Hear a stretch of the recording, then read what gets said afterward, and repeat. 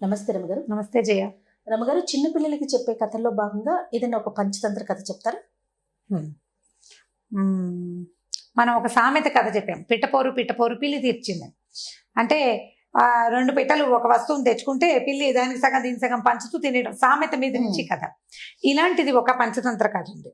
ఇది మనము తెలుసుకోవచ్చు, పెద్దవాళ్ళకు కూడా ఉపయోగపడుతుంది. అంటే లైఫ్ కి అప్లై చేయాలి జయ. పంచతంత్ర కథల్ని కథగా విని వదిలేయకూడదు, మన జీవితానికి అప్లై ఖచ్చితంగా పంచతంత్రాన్ని జీవితానికి అప్లై చేసుకోవాలి. మనం కొద్దిగా ఆలోచిస్తే ఆ కథ మన జీవితాల్లో ప్రతిబింబిస్తూ ఉంటుంది.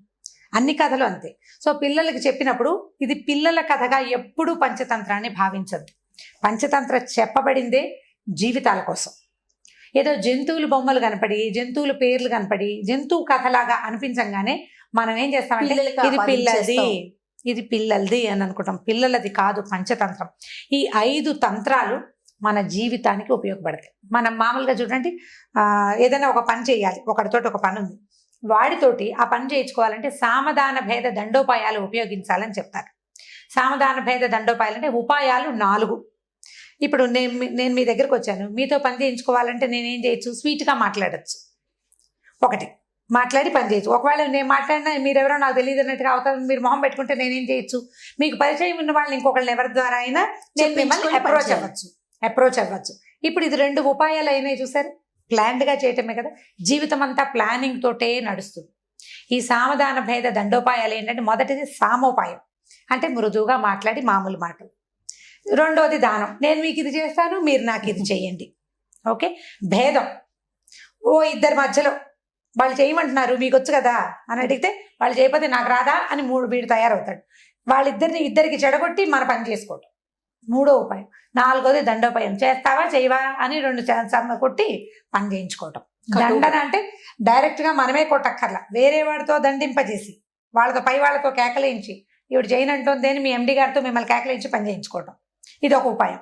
ఈ 4 ఉపాయాలు జీవితంలో దాదాపుగా ప్రతివాడు ప్రతిరోజు కూడా అప్లై చేయాలి. ఈ ఉపాయాలు పుట్టింది పంచతంత్రంలోనే. నేను అప్లై చేయనంటే లైఫే లేదు. అసలు అప్లై చెయ్యనుంటే చేయకుండా లేదు, అసలు చేయకుండా లేదు. పిల్లల్ని బతిమలాడతాం, స్నానం చేయమన్నా అన్న స్నానం చేయి, నిద్రలేదు స్నానం చేయి, వాడు చెయ్యడు, చేయనంటాడు. స్నానం చేస్తే చాక్లెట్ ఇస్తా అంటావా? అనవా? అంటాం. లేదా నాన్నకి చెప్పి 3వది నాన్నకి చెప్పే ఉపాయం ఉంటుంది, తర్వాత ఉపాయం. స్నానం చేయట్లేదని వాళ్ళు మనమే ఒకటి వేస్తాం, అదో దండోపాయం అయిందా? వాళ్ళు ఎంచక్క వాళ్ళ పక్కింటి వాళ్ళ పిల్లలు స్నానం చేసేసారు, వాళ్ళు ఆడేసుకుంటున్నారు, నువ్వు వాడుకోలేకపోతున్నావు, భేదోపాయం 3వది. స్నానం చేసేసి వాళ్ళు సినిమాకి వెళ్ళిపోయారు, నువ్వు స్నానం చేయకపోవటం ఇంకా అన్నం తినకపోవడం వల్లే నీకు సినిమా లేదు అంటే వాడికి వీడికి డిఫరెన్స్ క్రియేట్ చేసి పని చేయిస్తాం. ఇది ఉపాయం. వాడేమో దండోపాయం, మనమే 2 చెంపకాయలు పీకుతాము, లేకపోతే నాన్నతో తన్నిస్తానని బెదిరిస్తాం. ఈ 4 ఉపాయాలు వాడకుండా, నేను మదర్గా చెప్తున్నాను, మనిషిగా ప్రతివాడు ప్రతిరోజు ప్రతి విషయంలోనూ ఉపాయాన్ని వాడవలసిందే. ఉపాయం లేని వాడిని ఊళ్ళో నుంచి వెళ్ళగొట్టమని సామెత ఉంది. ఉపాయం లేనిదే కుదరదు, ఏదో ఒక ఉపాయం కావాల్సిందే. ఈ ఉపాయాలని మనము పంచతంత్రంలో నుంచి నేర్చుకోవచ్చు. నేను ఒక కథ చెప్తే అది పిల్లల కథగా భావించద్దమ్మా. ఇది నేను తల్లులు, ఇప్పుడు నేను పెద్దదాన్ని, ఇప్పుడు చిన్నపిల్లల తల్లులందరూ నా పిల్లలతో సమానమే, వాళ్ళకి క్లియర్గా చెప్తున్నాను. దీన్ని లైఫ్కి అప్లై చేయటం తెలుసుకోండి. ఇది మీ ఉద్యోగాల్లో ఉపయోగపడుతుంది, మీ జీవితంలో ఉపయోగపడుతుంది. ఎప్పుడు దాన్ని వాడాలి, బ్రెయిన్లో ఉంచుకోవాలి. దాన్ని మనం చేస్తే మన పిల్లలకి అలవాటు పడుతుంది. ఇప్పుడు మనం ఎలా ప్లాన్డ్గా బిహేవ్ చేస్తున్నామో అది చూస్తారు కదా. మొదటి రోజు మీ ప్లానింగ్ వాళ్ళకి అర్థం కాదు, మనతో ఉన్న వాళ్ళు కూడా మన ప్లానింగ్ అర్థం కాదు. కొన్నాళ్ళు పోయాక ఆమె ప్లానింగ్ ఎక్కువ అని మిగిలిన వాళ్ళు తెలుసుకుంటారు, 4 ప్లాన్లు చూసే. అంతే కదా. ఒక్కొక్కళ్ళు మీ ప్లానింగ్ ఏమిటో నాకు చెప్పడానికి మీరు నన్ను కథలు అడిగినట్టుగా మిమ్మల్ని ప్లానింగ్ అడుగుతారు జనం. అయితే ఈ కథ చూద్దాం. పంచతంత్ర కథ కదా ఇది.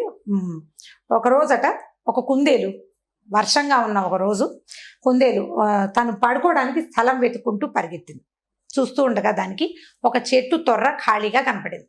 ఆ తొర్రలో ఎవరు లేరు, ఖాళీగా ఉందని ఈ కుందేలు ఏం చేసింది, ఆ తొర్రలోకి దూరి పడుకుంది, నిద్రపోయింది. చీకటి పడేసరికి ఒక పక్షి అక్కడికి వచ్చింది. వచ్చి ఈ తొర్ర దగ్గర చూసే, తొర్రలో ఆల్రెడీ చెట్టు తొర్రలో కుందేలు ఉంది.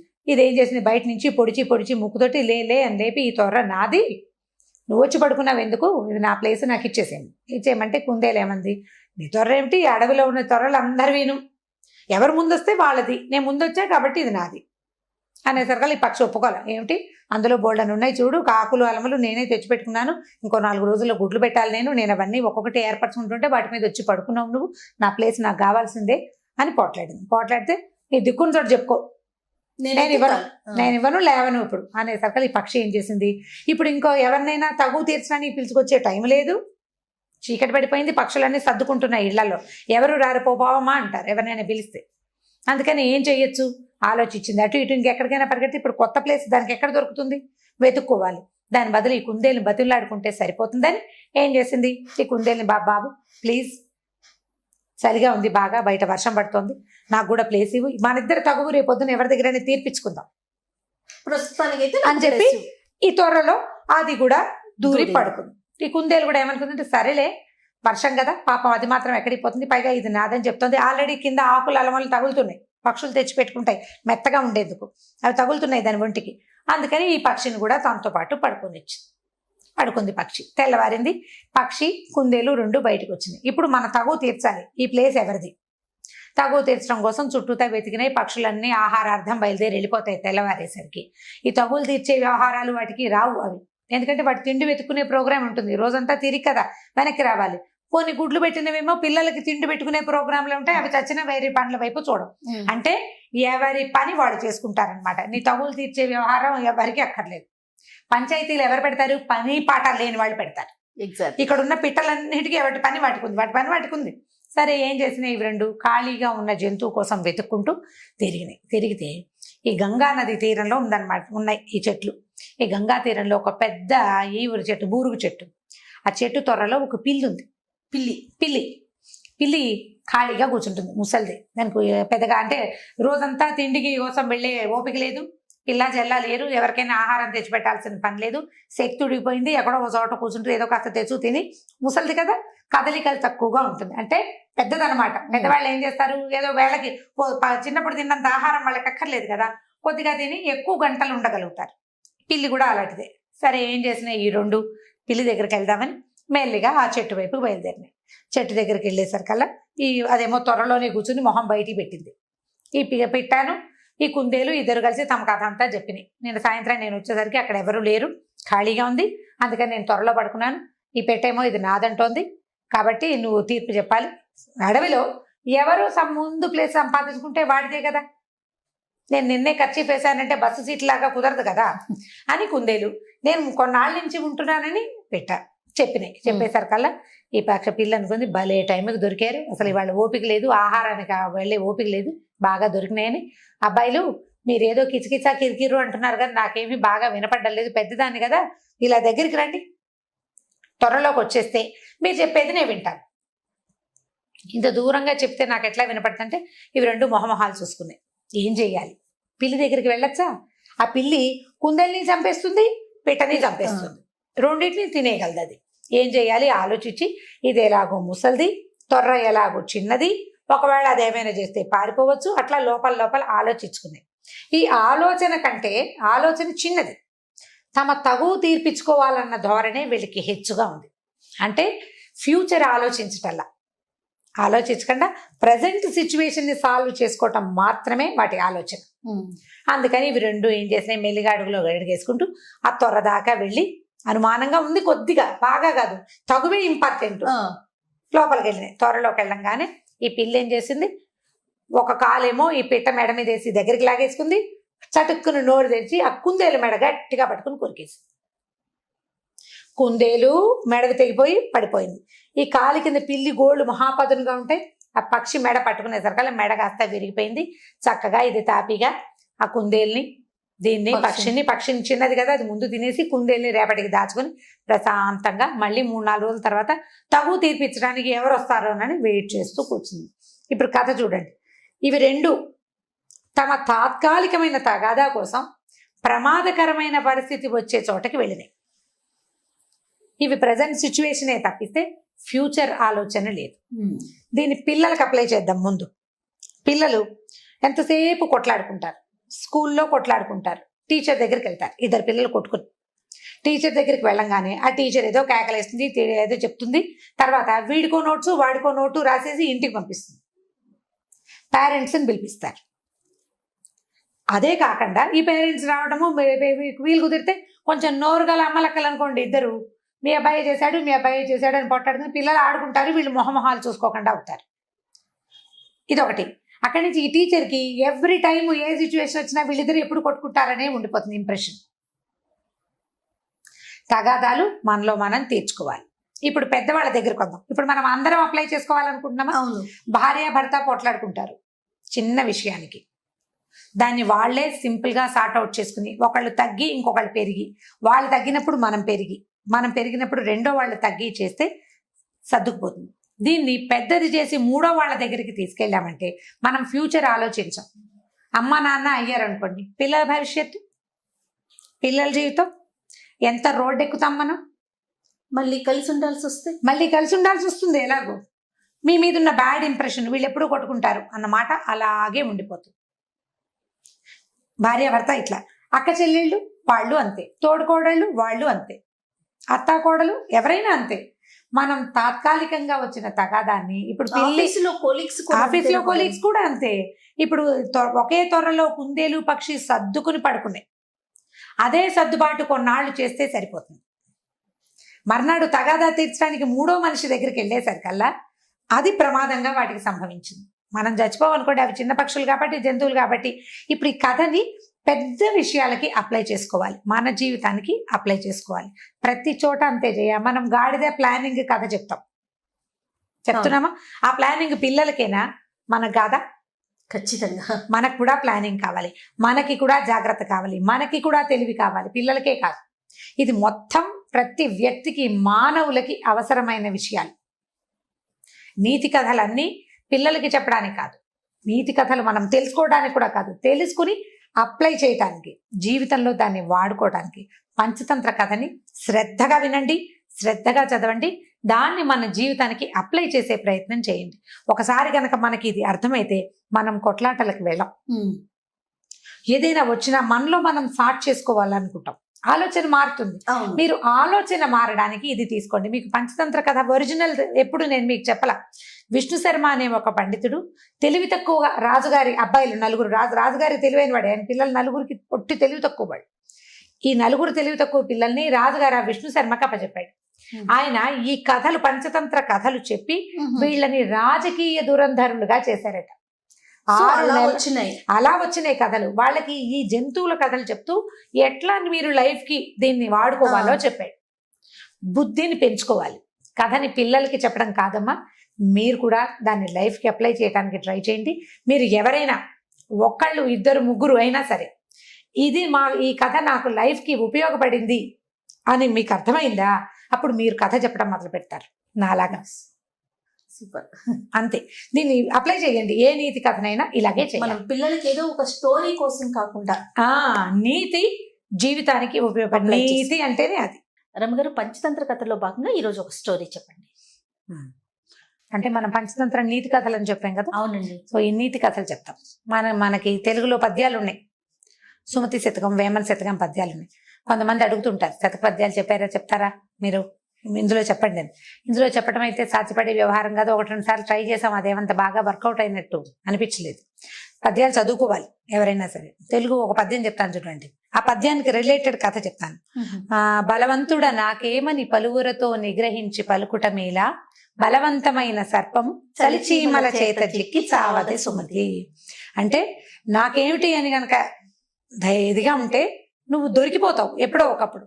ఎందుకంటే ఎంత బలవంతమైన సర్పమైనా చీమలకి దొరికిపోతుంది.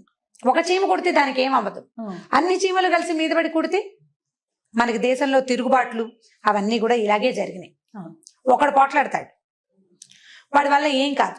ఆ పోట్లాట 100 మందికి ఇదైంది అనుకోండి, 100 మందిలోకి స్ప్రెడ్ అయింది అనుకోండి, 100 మంది కలిసి ఒక బలవంతుడి మీద పడితే వాడి తలకు కలిసింది. కాబట్టి నాకేమిటి అని అనుకోకూడదు ఎవడైనాను. మనుషులతోటి సానుకూలంగా పోవాలి ప్రతిదానితో అని సుమతి శతకారుడు చెప్పాడు.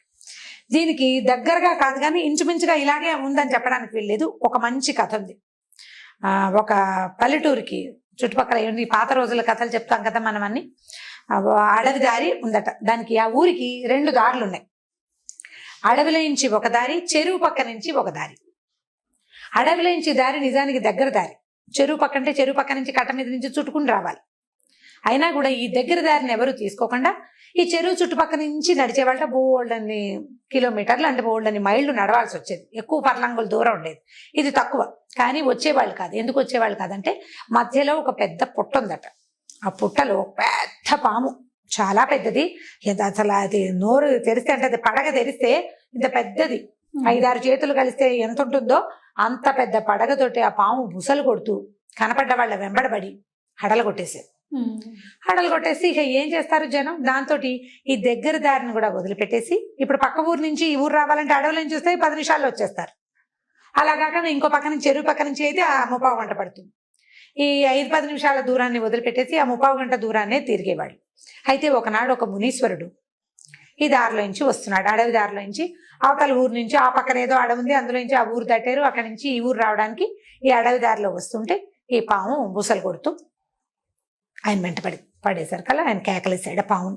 ఏమిటి నువ్వు, ఇదేం పద్ధతి, ఇలా చేయకూడదు, నువ్వు ఇంత పెద్ద సర్పాన్ని తపస్సు చేసుకోవాలి, నీ ఇంత శిరస్సుతోటి నీకు ఊర్ధ్వలోకాలు మంచివి దొరుకుతాయి, ప్రతివాడు మరణించాల్సిందే ఇవాళ కాకపోతే రేపు, నువ్వేం కూర్చుంటావా ఇక్కడ, నువ్వేం కూర్చోవు భూమి మీద, ఎవరైనా వెళ్ళిపోవాల్సిందే, నీకు టైం వస్తుంది, నువ్వు ఇలా అందరినీ బెదరగొడుతూ ఈ రకంగా చేశావంటే నీకు నరకం వస్తుంది పైకి వెళ్ళాక, ఇదేదో బాగుందనుకుంటున్నావని దాన్ని బోధించాడు బాగా.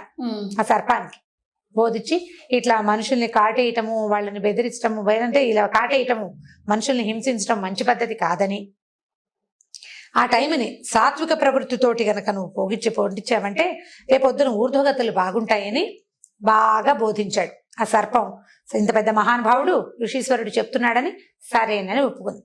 అయిందా, సరే. ఇలా కొంతకాలం గడిచింది. ఈ ఋషీశ్వరుడు కొన్నాళ్ల తర్వాత ఒక 6 నెలలకు అనుకో, ఏడాదికో, 6 నెలలకు అనుకుందాం, మళ్ళీ అదే దారిలోంచి తిరిగి వచ్చేస్తే ఆయన వచ్చే టైంకి ఈ సర్పం బక్కచిక్కిపోయి ఒంటి నిండా దెబ్బలు, గాయాలతోటి, రాళ్ల దెబ్బలు తగిలి స్వస్తినో దేవుడా అన్నట్టుగా కనపడింది ఆయన. ఆయన తెల్లబోయి, ఇదేమిటి ఇలా అయిపోయావు, మొన్న వచ్చినప్పుడు అంత శుభ్రంగా ఉన్నావు, అంత బారు, అంత బలంగా ఉన్నావు, ఇంత పడగా అంత ఇదిగా ఉన్నవాడివి, ఇలా అయిపోయావేమిటో నువ్వు అని అడిగాడు. అయ్యా మీరు చెప్పారు కదండి మనుషుల్ని హింసించని, సాత్వికంగా ఉండమని, నేను సాత్వికంగా ఉన్నాను. ఉండేసరికల్లా ఈ ఊరి జనం అంతా తెలుసుకున్నారు ఈ పాము ఎవరి వెంట పట్టలేదని, ఎవరిని చూసి బుసలు కొట్టట్లేదని, ఎవరిని కాటేయటానికి ప్రయత్నం చేయటం లేదని తెలుసుకుని వాళ్ళకి అలుసైపోయింది పాము. అలసైపోయి ఈ గొడ్లకాడ బుడ్డాళ్ళు ఉంటారు, ఆవుల్ని గేదెలు తోలుకొచ్చే వాళ్ళు, మేకలను కాసుకునే వాళ్ళు, వాళ్ళంతా తలా ఒక రాయి విసిరేసి ఒకటి తోక పట్టుకుని గిరగిర తిప్పి పారేసి దాన్ని ఊళ్ళో జనం కూడా ఊరి జనం కూడా అటువైపు వచ్చినప్పుడల్లా ఏది పాము వస్తుందో రావట్లేదో చూసి దాన్ని ఆట పట్టించి, ఇప్పుడు మీరేమో సాత్వికంగా ఉండమన్నారు, సాత్వికంగా ఉండేసరికి ఇలా చేశారండి అంటే మునీశ్వరుడు అన్నాడు, ఓ నీ తెలివి తెల్లారా, నేను కాటేయద్దన్నాను కానీ బుసలు కొట్టద్దన్నాను. నేను బుస కొట్టాలి, నువ్వు కాటేయద్దు, కాట అందుకుని సంపద్దు జనాల్ని హింసించద్దని చెప్పాను కానీ నీ సహజ గుణమైన బుస కొట్టడానికి కూడా నువ్వు మానేస్తే ఇప్పుడు ఏమైంది చూడు నీ పరిస్థితి ఏమొచ్చిందో. కాబట్టి ఇలా తెలివి తక్కువగా చేయకూడదు. సాత్విక ప్రవృత్తి అంటే అనవసరంగా అన్నెసెసరీగా ఎవరి జోలికి వెళ్ళొద్దని, అంతేగాని నీ సహజ ప్రవృత్తిని దాచుకోమని కాదు. బుస్సలు కొడితే వాళ్ళే పోయేవాళ్ళు, నువ్వు కాట అందుకుంటావో అందుకోవో వాటికేం తెలుసు, వాళ్ళకి తెలీదు. నువ్వు బుస్సు అంటే ఇంత పెద్ద పడగా తెరిచేసరికి భయం వేసి చచ్చిపోతారు ముందు, అవతల పారిపోయేవాళ్ళు. నువ్వు బుస కూడా కొట్టకుండా ఈ తల దించుకుని ఉండేసరికి రాళ్ళేసి కొట్టారు. కాబట్టి బుసలు కొట్టు అని ధర్మం చెప్పి వెళ్ళిపోయాడు. ఇప్పుడు చూడండి, సాత్వికంగా ఉన్ననాళ్ళు మనుషులకి అలుసుగా కనపడతాం మనం. మెతకగా ఉండే ప్రవృత్తిని దాచిపెట్టుకోవాలి. మీ ప్రవృత్తి అదే, మీరు ప్రతిక్రియలు చెయ్యరు ఎవరికి అయినా కూడా గంభీరంగా ఉండాలి మనుషులు. మెతకతనాన్ని బయట పెట్టుకుంటే పిల్లలకు కూడా అలసైపోతారు. జయ కొట్టేస్తా అని కొట్టరు తల్లులు, చిత కొట్టేస్తానంటారు. ఓ చమకాయ కొడితే ఓసారి వాళ్ళకి తెలుస్తుంది పిల్లలకి, కొట్టేస్తాను, చంపేస్తాను, చిత కొట్టేస్తాను, నాలుగు కోసేస్తా, ముక్కు కోసేస్తా, ఇలా ఎన్ని తిట్లు తిడతామో పిల్లల్ని. డొక్క చించేస్తాను, నా రెగ్యులర్ డైలాగ్ అది. ఏమంటా నేను కూడా ఏం కొట్టలేను, ఎప్పుడో కొట్టినప్పుడు కొడతాము, ఎప్పుడో అది కొడతాను అని అన్నామా కొట్టి తీరాలి ఒక దెబ్బ. కనీసం 10 సార్లు బెదిరించి ఓసారి అయినా కొడితే పిల్లలు చూస్తే వాళ్ళిద్దరిని తిట్టుకుంటారు. అదే ఎవరైనా కానీ, ఇప్పుడు మా వాడైతే నువ్వు చేసే పని చెప్తున్నామని చెప్తాడు నాకు. నేను అలాగే ఒక 5-6 సార్లు బెదిరిస్తాను. ఎప్పుడో ఒకరోజు చేతిలో ఉన్నది విసిరేస్తాను. కొట్టడమే, చేతిలో ఉన్నది విసిరేయటమే. నేను నీకు ఇవ్వను అన్నానా ఇక నువ్వు ఏం చేసినా నేను చచ్చినా ఇవ్వను. ఇక పాకెట్ మనీ కట్టంటే కట్టే, ఇక నువ్వు అడుగు. పెద్దమ్మ వచ్చినప్పుడు, మామయ్య వచ్చినప్పుడు, మామ నా పాకెట్ మనీ ఇవ్వట్లేదని దొంగ మాటలు వాళ్ళ దగ్గర చెప్పినా సరే, మీరు చావు మీరు చెప్పినా సరే నేను ఇవ్వను వీడింతే. ఆ మొండితనం మనుషుల దగ్గర ఉండాలి, పిల్లలకి తెలియాలి. ఈ కథ చెప్తోంది అందుకే. పిల్లలకు కూడా చెప్పచ్చు. స్కూళ్ళల్లో ఏం చేస్తారంటే ఈ వీళ్ళ చాతకానితనాన్ని, మెతకతనాన్ని ప్రదర్శించకూడదు, కామ్గా ఉండాలి. ఉండేసరికల్లా బెదురుతారు, నాకు రాదు, నాకు భయం అన్నమాట చెప్పావా అవతల వల్ల కలిసైపోతాం. అందుకని మనం కూడా మెతకతనాన్ని దాచుకోవాలి, దాన్ని చూపించకూడదు. చాలా మంది దిగి నోటితో వాచా శూరత్వం ఉంటుంది, వాక్ శూరత్వం అంటారు. వాచా శూరత్వం అంటే మాటలే, కొట్టేస్తాం, చంపేస్తాం, పొడి చేస్తాం, అదేదో చేస్తాం. తీరా క్రియేట్ చేసరికి ఏమీ చెయ్యం, మనం ఏమి చేయం. పోనీ మీరు దెబ్బలు కొట్టలేరు అనుకోండి, పిల్లల్ని కొట్టమని చెప్తున్నారు, రమ్మగారు బాగులేదు అనుకోవద్దు, పిల్లల్ని కొట్టద్దు, కట్ చేసేయండి. కొన్ని ఏం కట్ చేయాలి, సోషల్ బాయ్ కట్ చేయడం. వాడు అరిచి గీ పెట్టినా వాడితో మాట్లాడద్దు. 10 సార్లు అడుగుతారు, 10 ప్రశ్నలకు కూడా సమాధానం చెప్పద్దు. నేను నీతో మాట్లాడను ఒక పూట, కొన్ని గంటలు, ఎక్కువ కాదు. నేను మళ్ళీ బిగించి కైకేయిలాగా చేయకూడదు, అంత కాదు, కొద్దిగా మాటలు మానేయటం. తర్వాత పాకెట్ మనీ కట్ చేయటం. ప్రతి వారం శనివారం ఆదివారం ఐస్ క్రీమ్ ఇప్పిస్తామనుకోండి, ఈ వారం నువ్వు వల్ల చేసావు, నీకు ఇది ఇప్పించను అని మంగళవారం చెప్తే శనివారం దాకా ఆ మాట మీరు గుర్తుపెట్టుకోవాలి, దాని మీద నుంచోవాలి, మీ పరాక్రమాన్ని చూపించాలి. పాము దాని ఒరిజినల్ పరాక్రమాన్ని చూపించాలని ఋషీశ్వరుడు ఎలా చెప్పాడు, అలాగే తల్లుల పరాక్రమం పిల్లలకి తెలియాలి. వీళ్ళు ఇలాగే చేస్తారు. అసలు మాట్లాడకుండా ఒక 1 or 2 hours ఉంటే చాలేమో, చాలా ఎక్కువ, ఎంత విలువెల్లాడిపోతారు, చాలా ఎక్కువ. కానీ వాళ్ళు మన మీద ప్రయోగిస్తారు, అది చూసుకుని చేయాలి. మనం చేసేమా ఇది మనం ఆవిడెవరో అడిగారు, మనం బ్లాక్మెయిల్ చేస్తే, ఇమోషనల్ బ్లాక్మెయిల్ చేయండి అని చెప్పాము ఒక కథలో. మనం చేస్తే వాళ్ళు అలవాటు చేసుకుని వాళ్ళు చేస్తారేమంటే చేస్తారు. వాడికి అలవాటు అయిపోయేంత ఎక్కువ నువ్వు చేయకూడదు, మనం దొరకకూడదు కదా. తల్లులకి ఎంత తెలివి కావాలి తెలుసా జయ, నిజంగా చాలా తెలివి కావాలి ఎందుకంటే పిల్లలు ప్రచండమైన తెలివితేటలు కలిగిన వాళ్ళు ఉన్నారు ఇప్పుడు, మామూలు తెలివి కాదు అసలు. నేను చెప్తుంటే 1 day బేబీకి తెలుసు మన సంగతి. ఎప్పుడు చెప్తారు, కీలెరిగి వాత పెట్టాలి. అదే కీలెరిగి వాత పెట్టుకోవాలి. పిల్లలకి దొరకకూడదు, ఏమైనా సరే. పిల్లలకే కాదు చేయ, కెమెరామెన్లు ఇద్దరు మనకేసి చూస్తున్నప్పటికీ మొగుళ్ళకి దొరకకూడదు, అత్తగారులకి దొరకకూడదు, అమ్మకి కూడా దొరకకూడదు. మనం చేసేది దొరికేమా దొరికిపోతాం అంతే. వీళ్ళు ఎవరికి దొరకకుండా ఉండాలంటే మనకి ఎన్ని తెలివితేటలు ఉండాలి. మొదటిది, మనం ఏదో కులాసాగా బద్ధకంగా ఏదో యూట్యూబ్ చూస్తూ ఏదో పని చేస్తూ కాలక్షేపం చేయకూడదు. బ్రెయిన్కి ఎప్పటికప్పుడు పదును పెట్టుకోవాలి. ఆడవాళ్ళు ఎంత తెలివిగా ఉంటే ప్రపంచం అంత బాగుంటుంది. సూపర్ అంతే, మనకున్న తెలివి ఖచ్చితంగా మనం కాదు. ఇప్పుడు మన పని మనిషి ఉంది, పని మనిషి తోటి ఒకలా, మనకి అందరికీ ఉంటాయి చేయ ఇవి. పని అమ్మాయి తోటి ఒక రకంగా మాట్లాడతాం, అవునా? పని అమ్మాయితో మాట్లాడినట్టు మనం ఎవరితోటైనా మాట్లాడతామా? మాట్లాడు. అమ్మతో ఒకలా మాట్లాడతాం, అవునా?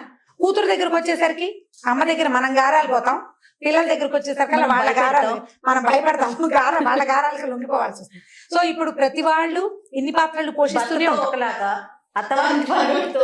ఇప్పుడు అందరితోటి ఈ ప్లే చేసేటప్పుడు ప్రతిసారి తెలివిగా ప్లే చేయండి. ఋషీశ్వరుడు చెప్పాడు, పరాక్రమాన్ని చూపించద్దు కానీ నీ రకాన్ని చూపించు, నీ సంగతి చూపించు. నీకు పడగుంది, ఫోర్లు ఉన్నాయి, నీకు విషం ఉంది, నువ్వు ఎప్పుడైనా కాటేయగలవు. ఆ భయం ఉండాలి అవతల వాళ్ళకి. సో ప్రతి స్త్రీ నేర్చుకో, ప్రతి తల్లికి ఈ తెలివితేటలు ఖచ్చితంగా ఉండవలసిందే. పాము కథ చెప్పి మమ్మల్ని పాములాగా మారమంటారంటే పాముకి లాగా మారమంటలేదు. ఋషీశ్వరుడు చెప్పింది నువ్వు కాటు వేయద్దు, నీ ఒరిజినల్ నేను ఇది చెయ్యగలను అని చూపించాలి. చూపిస్తే అందరూ కంట్రోల్లో ఉంటారు, ప్రపంచం అంతా మన గుప్పెట్లోకి ఉంటుంది. అప్పుడే మనం సరిగ్గా చేయగలుగుతాం. అప్పుడే మన ఆఫీసుల్లో కూడా ఆఫీసుల్లో ఇంతే, మనం వర్క్ ప్లేసుల్లో ప్రతి చోట మన అస్తిత్వాన్ని మనం నిలబెట్టుకోవాలంటే తెలివిగా వ్యవహరించాలి. మెతకతనాన్ని ప్రదర్శించకూడదు, దాన్ని దాచుకోవాలి. మనం మెతకైనా కూడా దాన్ని చూపించకూడదు, గంభీరంగా ఉండటం నేర్చుకోవాలి. థ్యాంక్ యూ సో మచ్ రమ్మ గారు. ఓకే, మంచి వ్యాలిడ్ పాయింట్స్ వచ్చాయనిపిస్తుంది నాకు. అంటే మీకు పాయింట్లు సరే, దీంట్లో ఎన్ని కామెంట్లు వస్తాయో చూడాలి. చూద్దాం. రమ్మ గారు, పంచతంత్ర కథలు అనగానే పిల్లలు చాలా ఇంట్రెస్ట్ చూపిస్తారు, అందులో ఒక నీతి కూడా ఉంటుంది. సో ఈ రోజు ఒక పంచతంత్ర కథ చెప్పుకుందామండి. ఎవరితో ఫ్రెండ్షిప్ చేయాలి అనే దాని మీద ఒక కథ చెప్తాం. అయితే ఇది చాలా పాత కథ ఇది ఫెమిలియర్ కథ అవ్వడానికి కూడా అవకాశం ఉంది. చాలా మందికి తెలుసుంటుంది ఈ కథ. మీకు తెలుసో లేదో మరి. అంటే ఇప్పుడు వ్యక్తులు తమలాంటి ఇవి ఉన్న వాళ్ళే, అంటే ఒకటే జాతి వాళ్ళతో స్నేహం చేయాలి, ఒకటే కులం వాళ్ళతో, కులం అనకూడదు, ఈ కులం బ్యాడ్ వర్డ్, సేమ్ మనలాంటి వాళ్ళతో, కమ్యూనిటీ అంటే ఒకే తెగకి చెందిన వాళ్ళతోటి స్నేహాలు చేయాలి.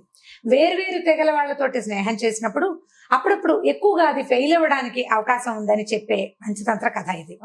అయితే ఈ పంచతంత్ర కథలు చెప్పే నాటికి ఇది చాలా పురాతనమైన పద్ధతి కదా, 500-600 సంవత్సరాల క్రితం కథలు ఇవి.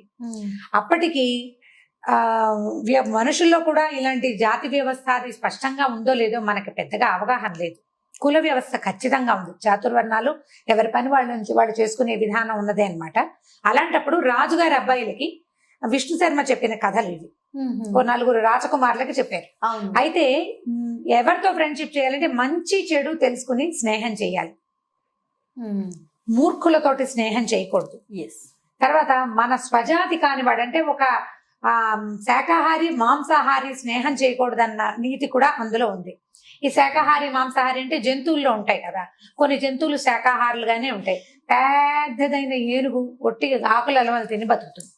దానికి అంత శరీరం ఎలా పెరుగుతుందో ఆకుల అలవలతోటి మనకి తెలుసు, దాని పుటకే అది.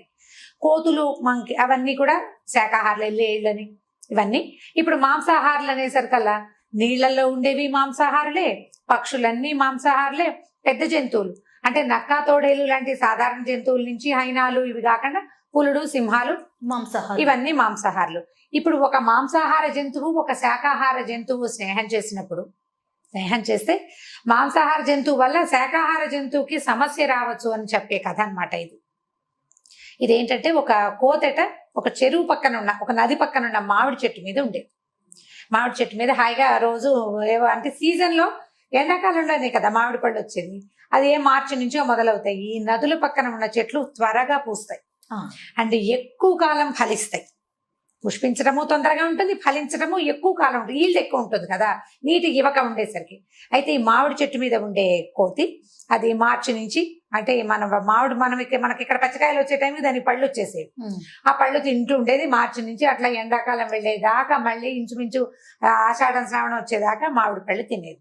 అయితే ఇది మామిడి పళ్ళు సగం తిని పడేసి ఒక పండు వస్తుంటే రెండో పండు కింద పడిపోయి నది మొదట్లో పడేది, నది ఒడ్డున పడుతుండేవి. ఆ నదిలో ఒక మొసలి ఉండేదట. ఆ మొసలి ఈ పడిన మామిడి పండును తిని చూసింది, ఎంతో బాగుంది. సహజంగా మొసలి మాంసాహారి, శాకాహారం కూడా తినేదేమో. ఇప్పుడు శాకాహారి కాదండి మొసలి, అసలు పళ్ళు తిందు మీరు పిచ్చి కథలు చెప్తున్నారని నన్ను అడగకూడదు, ఎందుకంటే కథ ఇలాగే చెప్పాడు ఆయన. ఇది మీరు మేము అనుకుని చెప్పే కథ కాదు కదా ఇది. అంటే ఒక నీతిని మనకి ఇంజెక్ట్ చేయటం కోసం చెప్పబడిన కథ కదా. ఈ మొసలి ఇక మామిడి పళ్ళు తింటుంటే చాలా బాగున్నాయని కోతికి చెప్పింది. కోతి ఏం చేసింది, అప్పటి నుంచి కొంచెం స్నేహం చేసుకున్నాయి అనమాట రెండు. ఈ రకరకాల పళ్ళు తను కోసుకుని తింటున్నప్పుడల్లా ఓ పండు కిందకి పడేస్తుండేది. అడవిలోకి వెళ్ళి జామ పళ్ళు తెచ్చు తినేది, ఓ 2 జామ పళ్ళు మొసలికి కూడా తెచ్చిచ్చేది. ఇలా తీయటి పళ్ళు తింటూ ఉండేది మొసలి. అయితే ఇలా రోజులు గడుస్తూ ఉండగా ఒకసారి చాలా పళ్ళు, పెద్ద గాలి వాన వచ్చి పళ్ళు ఎక్కువ రాలిపోయింది. కోతి మొసలి తినగలనని తిన్నాయి. కోతి అంటే ఒక కోతే ఉండదుగా, చుట్టుపక్కల బోల్డని కోతులు ఉంటాయి, అవి ఇవి అన్ని తినేగా కూడా కొన్ని పళ్ళు ఉండిపోతే ఈ మొసలి ఏం చేసింది, ఈ పళ్ళని తన భార్యకి తీసుకెళ్ళిందట. దేనికైనా మగదానికి ఆడది ఉండాల్సిందే కదా. తన ఆడ జంతువుకి పట్టుకెళ్ళింది మొసలి కోసం. పట్టుకెళ్తే ఆ మొసలి ఆడ మొసలి తిని చూసింది, ఎంతో బాగుంది, ఎంత బాగుందో అంటే అప్పటి నుంచి ఇది కోతి నా ఫ్రెండ్, మేమిద్దరం కబుర్లు చెప్పుకుంటున్నాము, అక్కడ చెరువు ఒడ్డున మాట్లాడుకుంటున్నాం, ఈ నది ఒడ్డున అని చెప్పేది. అక్కడి నుంచి ఈ ఆహారం పంచుకుని తినడం వల్ల స్నేహం ఏర్పడుతుంది. ఇవి రెండు బాగా ఆ కబుర్లు ఈ కబుర్లు, చెరువులో ఇంతలు విశేషాలు, నదిలో ఉన్నవి, నీళ్ళల్లో ఉండేవి అన్ని మొసలు చెప్పేది, అడవిలో ఉన్న విడ్డూరాలు అవన్నీ కోతి చెప్తుండేది, మాట్లాడుకునేవి. ఇలా ఎక్కువసేపు కబుర్లు చెప్పుకుంటూ భార్య దగ్గరికి వెళ్ళేది కాదట ఈ మొసలి. వైఫ్ తో స్పెండ్ చేసే టైం తక్కువ, ఫ్రెండ్ తో స్పెండ్ చేసే టైం ఎక్కువ. ఇలా అయ్యేసరికి అలా ఆడ మొసలికి కోపం వచ్చింది. ఎంతసేపు వెళ్ళి ఆ నది ఒడ్డున అక్కడ కూర్చొని ఉంటాయి. అయితే చెప్పింది, ఇదేం చేసింది, ఇది కోపం వచ్చేసిందట ఈ ఆడ మొసలికి. ఇది ఎంతసేపు అక్కడ మాట్లాడుతుంది, నా దగ్గరికి రావటం లేదు వీడని చెప్పేసి ఏం చేసిందంటే ఈ మొసలికి ఏం చెప్పింది, నువ్వు ఎంత తియ్యటి పళ్ళు తెస్తున్నావు, నీకు ఇంత తియ్యటి పళ్ళు ఇచ్చే నీ ఫ్రెండ్ ఉన్నాడు చూడు, వాడు ఎంత గొప్పవాడు, వాడే ఇస్తాడు పళ్ళు, ఎందుకంటే నువ్వు కోసుకోలేవు కదా చెట్టుకి. అంత తీయటి పళ్ళని తిని రోజు అవే తిని బతికే వాడి గుండె ఎంత తీయగా ఉంటుందో, ఆ గుండెని నాకు రుచి చూపించు అని అడిగింది. ఇప్పుడు గుండెని రుచి చూపిస్తే అది ఉంటుందా? జంతువు చనిపోతుంది, ఉండదు. ఈ మొసలి సరేనని ఒప్పుకుంది, బుర్ర లేదు దానికి. అది సరే భార్య 2 సార్లు 3 సార్లు ఆ కోతి గుండె కోసం అడుగుతూనే ఉండేది, తీసుకురావా అంటే ఈసారి అని కొన్నాళ్ళు నడిచింది. తర్వాత ఒక రోజు మాటల మధ్యలో తన భార్య ప్రస్తావన వచ్చినప్పుడు మా ఆవిడ నిన్ను ఎప్పటి నుంచో తీసుకురమ్మంటుందో నేను చూస్తానంటుంది అని కోతిని అడిగేసరికల్లా కోతది దానిదేముంది, వస్తా పదా నన్ను తీసుకెళ్ళు అని చెప్పేసి ఈ మొసలి వీపు మీద కూర్చుంది కోతి. ఈ 2 మరి కోతి పెద్దగా ఈత కొట్టడాలు అవి రావు దానికి. మొసలి వాళ్ళ ఆవిడ అక్కడెక్కడ ఉంటుంది అంతఃపురంలో, ఇవి వెళ్ళాలి కదా ఇక్కడి నుంచి. ఈ మొసలి మీద ఎక్కింది. మొసలి మీద ఎక్కితే ఈ మొసలి కొంచెం ముందుకెళ్తుండగా ఏం చెప్పిందంటే, నువ్వు ఎంత మంచివాడు పోయి, నీ అంత మంచివాడు ఎవడైనా ఉంటాడా, అందుకే నీ గుండె తీయగా ఉంటుందని మా ఆవిడకి తెలుసు అనేసరికల్లా కోతికి గుండె లటక్కమంది. అర్థమైంది, అమ్మో ఇదేదో పెట్టుకుందిరా మనసులో అని అనుకుని, ఏమిటో నా గుండె రుచిగా ఉండటం ఏమిటి, నేనే రుచిగా ఉంటానంటే, అవునట నా భార్య చెప్పింది అందుకే నేను తీసుకురమంది, నీ గుండె తినాలనుందో ఆమెకంటే. అయ్యో అలాగా, భలేవాడివి. వెంటనే కోతి తెలుసుకుందనమాట. నేను వెంటనే మాట మార్చేసి, భలేవాడివి, ముందే చెప్పద్దు, నా గుండె చెట్టు మీద పెట్టొచ్చాను అని చెప్పేసరికల్లా మొసలుంది, నిజమా గుండె చెట్టు మీద పెడతారంటే, నాకు 2 గుండెలు ఉంటాయి, ఒక గుండె చెట్టు మీద పెట్టుకుంటా, 2వ గుండె నేను నా దగ్గర ఉంటుంది. ఇప్పుడు నేను తిరగాలి కదా, వెళ్ళి నీకు మీ ఆవిడ కావాలంటే ఏముంది, వెనక్కి వెళ్ళి చెట్టు మించి గుండెకాయ తీసుకొస్తాను, మామిడికాయలతో పాటు గుండెకాయ కూడా చెట్టు మీదే ఉంది, ఆ కాయ తీసుకొచ్చానంటే ఎంతకా మీ ఆవిడకి ఇచ్చేసేయచ్చు, పద వెనక్కి వెళ్దామని చల్లగా వెనక్కి తిప్పించింది. ఎంత అమాయకపు మొసలి. మొసలి మూర్ఖత్వం అనమాట, కోతి తెలివి కదా. సరే ఇద్దరు వెనక్కి వెళ్ళారు. కోతి చక్మన్ చెట్టెక్కి, ఓరి పిచ్చివాడా నువ్వెంత మూర్ఖుడివి, నా గుండె తింటే నేను బతుకుంటానా, నీ స్నేహితుడిని చంపడానికి నీ భార్య ఎత్తువేసింది అనే విషయం నీకు తెలియదంత మూర్ఖుడివి నువ్వు. ఒక ప్రాణికి 2 గుండెలు ఉంటాయి అని కూడా నీకు తెలియదు, నువ్వు అంత మూర్ఖుడివి. నీలాంటి మూర్ఖుడితోటి కనుక స్నేహం చేస్తే ఇక నేను నా పని ఎప్పటికప్పుడు ఇలాగే నేను సూపులో పడుతూ ఉంటాను. మూర్ఖులతోటి స్నేహం చేయకూడదు. పైగా నీ బుద్ధి వేరు, నా ఇది వేరు. ఇప్పుడు నా మీద నీ కోపం రాగానే నువ్వు నోరు తెరిచి పళ్ళతో పట్టుకున్నావా, నేను చచ్చిపోతాను.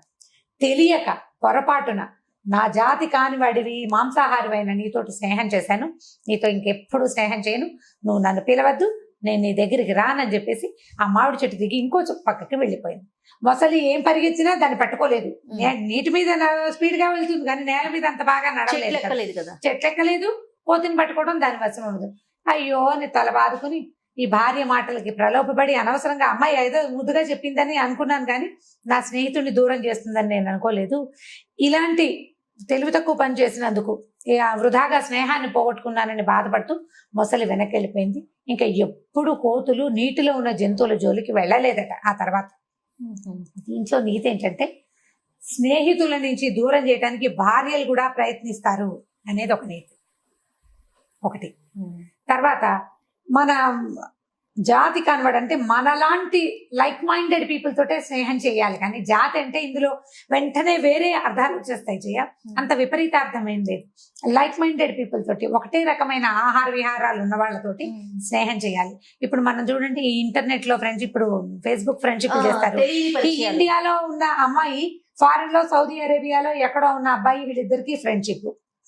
వాడు ఏదో చెప్తాడు, నాకు 30,000 కావాలి, 25 లక్షలు కావాలి, 20 లక్షలు, 5 లక్షలు కావాలంటే వాళ్ళని నమ్మి అకౌంట్లలో వేసేస్తున్నారు డబ్బులు.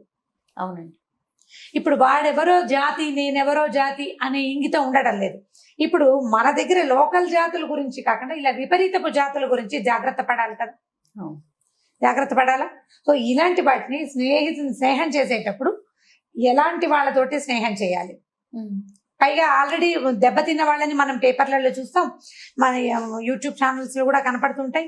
అసలు సోషల్ మీడియాలో ఒక పెద్ద దుమారం లాగా రేగుతుంది. మళ్ళీ అదే పని ఎందుకు చేస్తారో జనాలు అర్థం కాదు. మళ్ళీ అవే పని చేస్తారు.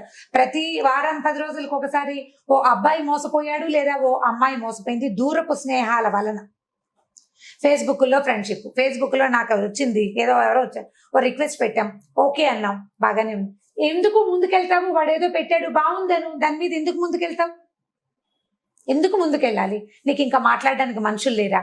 మెషిన్లతో ఎందుకు మాట్లాడాలి, ఎప్పుడు ఫోన్లోనో లేకపోతే ట్యాబ్తోనో కంప్యూటర్తోనో ల్యాప్టాప్తోనో ఉంటే మనం మానవ సంబంధాలని మెషిన్ల ద్వారా ముందుకు తీసుకెళ్లేసరికి మనకి తెలియకుండా పోతుంది.